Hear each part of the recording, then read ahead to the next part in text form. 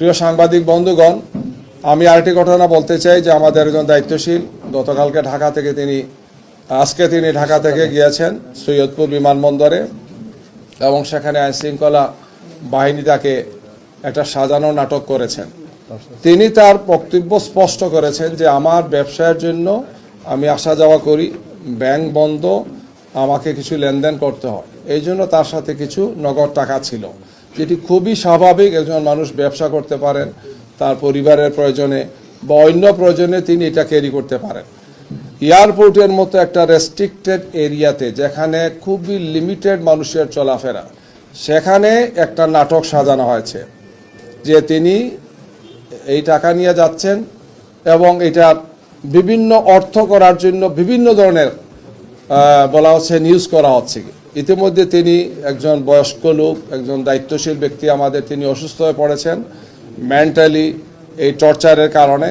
তিনি এই মুহূর্তে হাসপাতালে আছেন, রংপুর হাসপাতালে তাকে নেওয়া হচ্ছে।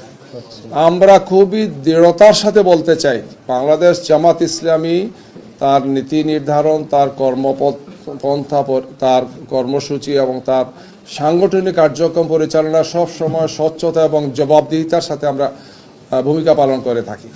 জামাত ইসলামী নেতৃবৃন্দকে, জামাত ইসলামীকে বিতর্কিত করার জন্য এই ধরনের অপপ্রয়াস অতীতে হয়েছে। গত 28 তারিখ আমিরে জামাত যখন কুষ্টিয়া থেকে সফর আরম্ভ করেন, আপনারা খেয়াল করেছেন, তখন মেহেরপুর জেলা আমিরের গাড়িতে অস্ত্র পাওয়া গিয়েছে এই মর্মে একটা নিউজ দেওয়া হলো। পরে দেখা গেল 1 ঘন্টার মাথায় সেটা হচ্ছে বাস ছিল, লাঠি ছিল অথবা এই ধরনের ছিল যেগুলা কাজের জন্য নেওয়া হচ্ছে, অর্থাৎ সেখানে স্টেজের কাজের জন্য নেওয়া হচ্ছে, শাবল নেওয়া হচ্ছে, কুদাল নেওয়া হচ্ছে। 1 ঘন্টার মধ্যে পরবর্তীতে তার গাড়ি দেখা গেল তিনিও গাড়িতে নেই, তার নির্বাচনী কাজে ব্যবহৃত গাড়িতে এই জিনিসগুলো ছিল, কিন্তু বলা হলো যে অস্ত্র তিনি বহন করছেন। এই ধরনের উদ্দেশ্য প্রণোদিতভাবে কিছু নিউজ তৈরি করে কিছু লোক আইনশৃঙ্খলা বাহিনীর একটা অংশের যোগসাজশে আমাদের ভাবমর্যাদাকে নষ্ট করার জন্য চেষ্টা করা হচ্ছে। অথচ 1 ঘন্টার মধ্যে তাকে ছেড়ে দেওয়া হচ্ছে, তাকে বলতে তার গাড়িতে যারা ছিলেন এবং বলা হচ্ছে যে এগুলো কিছুই ছিল না, এবং সেটাই আসলে বাস্তব ছিল। তো এইভাবে আমাদের সে মনে হচ্ছে যে একদল লোক রাজনৈতিকভাবে জামাত ইসলামীকে মোকাবেলা করতে ব্যর্থ হয়। জনতার এই যে বিপুল প্রত্যাশা, বিপুল যে আলহামদুলিল্লাহ আগ্রহ আমাদের দিকে, এই জন্য একের পর এক এই সমস্ত ঘটনাগুলো তারা ঘটাচ্ছেন। গিয়ে নারী কর্মীরা আমাদের কাজ করতে গিয়ে বাধার সম্মুখীন হচ্ছেন, ফিজিক্যালি তাদেরকে ইনসাল্ট করা হচ্ছে, কাজ করতে দেওয়া হচ্ছে না, উল্টো আমাদের উপর নারীদের ব্যাপার বিভিন্ন কথা ছড়ানো হচ্ছে। এবং এই ধরনের সাজানো ঘটনাগুলো অত্যন্ত স্পষ্ট হয়ে যাচ্ছে।